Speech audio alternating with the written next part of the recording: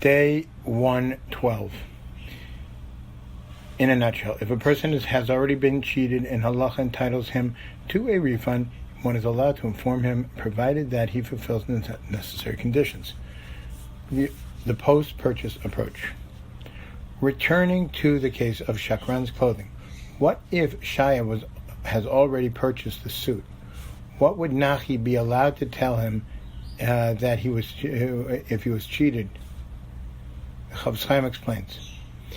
If he, Shaya, already purchased the merchandise and the other person, Nachi, knows that he was cheated either in the price or some defect in the merchandise, then it depends.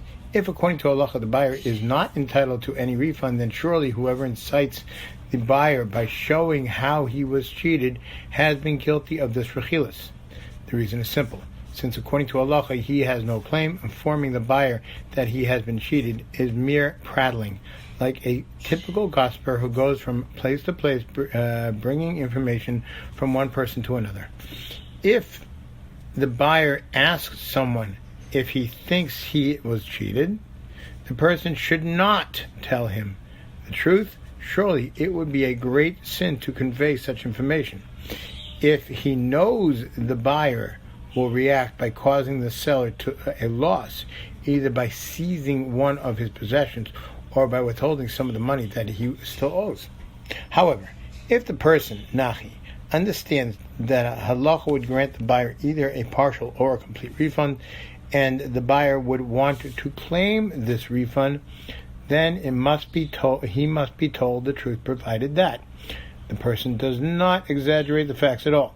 His primary intention is to correct the wrong and get the buyer his money, and not to rejoice over the seller's shame. On this note, it is important that the buyer be the kind of person who would actually tell the seller, who would actually take the seller to Beis Din to claim the money. If the buyer would not go to Beis Din and would just get angry at the seller, then he should not be told the truth, even if he inquires about it. In a case where the buyer cannot claim anything in Beis Din, it is a mitzvah to praise the purchase in his presence. This is not a transgression of distance yourself from falsehood. For, as our sages clearly tell us, it is a mitzvah to make someone feel good and praise his purchases.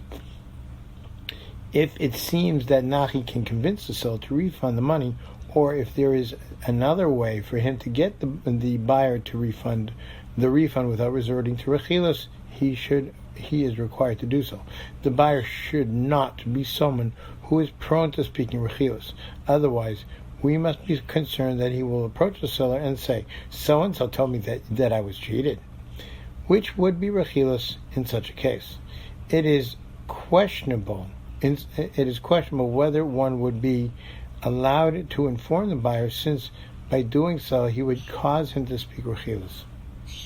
It would seem that says the Chavrusa, that if the buyer will heed the warning, "Don't tell him that I told you this," then it is permissible to inform him that he was cheated. Again, in a nutshell, if a person already has been cheated and Allah entitles him to a refund, one is allowed to inform him, provided that he fulfills the necessary conditions. Have a beautiful Shabbos.